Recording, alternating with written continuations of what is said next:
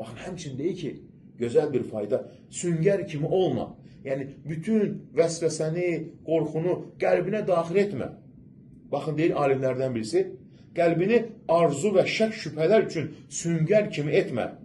Onları hoptursun və yalnız onlarla dolsun. Bəzi qəlblər var ki, şübhə, vəsvəsə, sıxıntı, hər bir şeyi qəlbinə hopturur. O qəlbində sonra bir yanğı var, istirab var, qorxu var.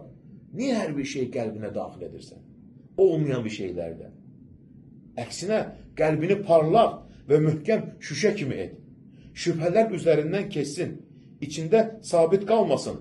Onun aydınlığı ilə görsün, möhkəmliyi ilə dəf etsin. Əgər qəlbinə rast gəldiyi hər bir şübhəni hoptursan, onda qəlbin şübhələrin məskəninə çevrilər. Ay xəstəlik olacaq, ay filan şey olacaq. Bəzən görürsən ki, insan hər bir şey qəlbinə hopturur. Olmayan bir şeyləri də qəlbinə hopturur. Ay gələcək qorxusu, ay niyə belə oldu? Bu qəlb yazıqdır, bu qəlb yorulur.